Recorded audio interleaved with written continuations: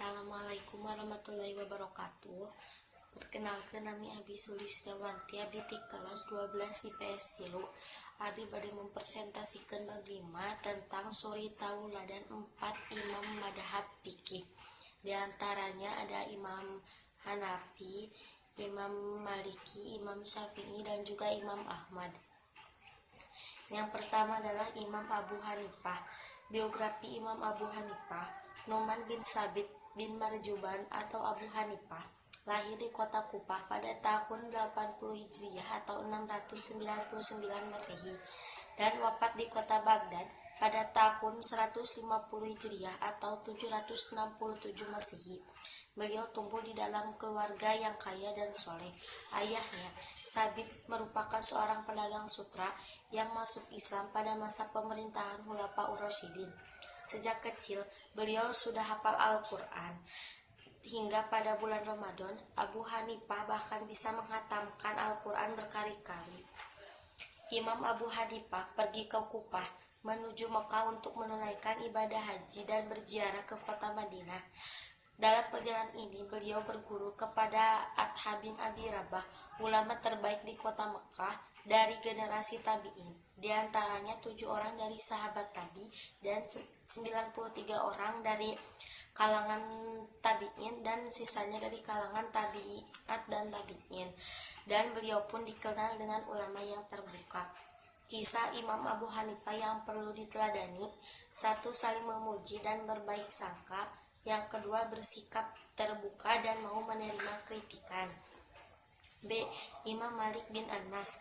Biografi Imam Malik bin Anas: Malik bin Anas bin Malik Ibnu Amar al-Imam Abu Abdullah al-Humairi al-Asbahi al-Madani lahir di Madinah pada tahun 93 Hijriah atau 714 Masehi dan meninggal pada tahun 179 Hijriah atau 800 Masehi.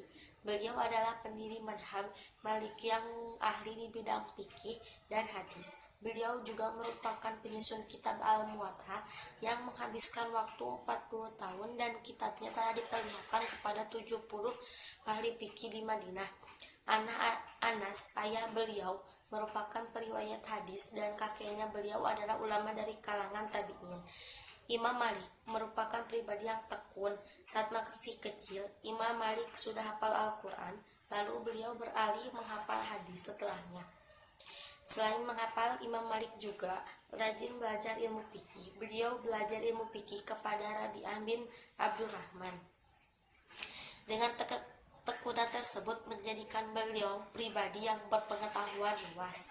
2. Kisah Imam Malik yang perlu diteladani ialah berani berkata tidak tahu kepada penanya. Hal ini penting karena sebagai seorang yang berpengetahuan terkadang sulit atau bahkan gengsi untuk mengatakan tidak tahu.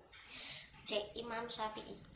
Biografi Imam Syafi'i: Abu Abdullah Muhammad bin Idris Syafi'i atau Imam Syafi'i adalah seorang mufti besar Sunni Islam dan juga pendiri madhab Syafi'i. Beliau lahir pada tahun 150 Hijriah di Gaza, Palestina pada tahun yang sama wafat Imam Abu Hanifah, seorang ulama besar Sunni Islam, dan beliau wafat pada malam Jumat menjelang subuh pada hari akhir bulan Rajab pada tahun 204 Hijriah atau tahun 809 Masehi, usia 52 tahun. Ayah Imam Syafi'i meninggal setelah 2 tahun kelahirannya. Lalu ibunya membawa ke Mekah, tanah air nenek moyang. Sejak kecil beliau cepat menghafal syair, pandai bahasa Arab dan sastra. Kisah Imam Syafi'i yang perlu diteladani: 1. Tidak sewenang-wenang meskipun kepada murid. Yang kedua, mendamaikan perselisihan. Dan Imam Ahmad bin Hanbal. 1. Biografi Ahmad bin Hanbal lahir di Baghdad pada bulan Rabiul Awal tahun 160 Hijriah. Saat masih anak-anak ditinggal wafat oleh ayahnya yang gugur dalam pertempuran melawan Baijatum.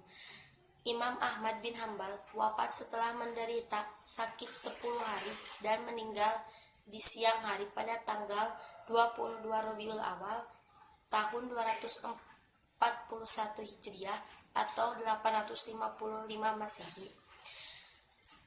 Kisah Imam Ahmad Hambali yang perlu diteladani.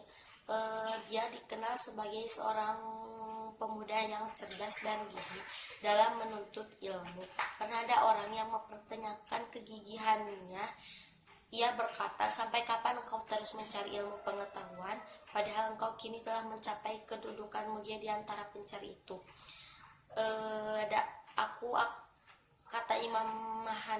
Kata Imam Ahmad, ia berkata, "Aku akan membawa dawat ini sampai ke liang lahat."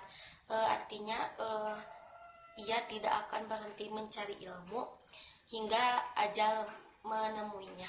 Sekian, terima kasih. Wassalamualaikum warahmatullahi wabarakatuh.